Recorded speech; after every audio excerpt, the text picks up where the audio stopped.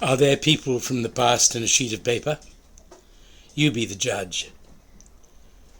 All you do is start with a sheet of paper. It could be clean, pristine, it doesn't really matter. It can be dirty.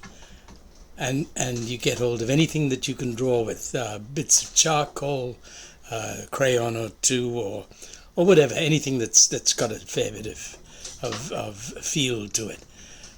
And you just put your hands on it. You can get pencils, you can do it, but put your hands on the sheet of paper and start to tease.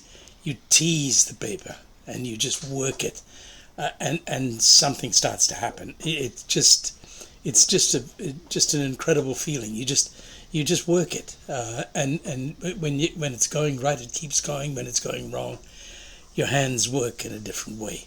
It's just a fascinating thing, and the face comes alive, and it some of them don't like you, some of them do, and they gradually come alive, and they look at you, and they feel, and are there people from the past? Are they demons? Are they your own demons? Is it your imagination? I haven't got the faintest idea. All I know is that when you put your hands on that sheet of paper, something happens.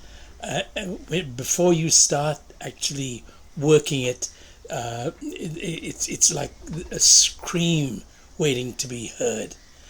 And as soon as it's finished, and you know when it's finished, and you know when you're allowed to actually put your name on it, there's peace.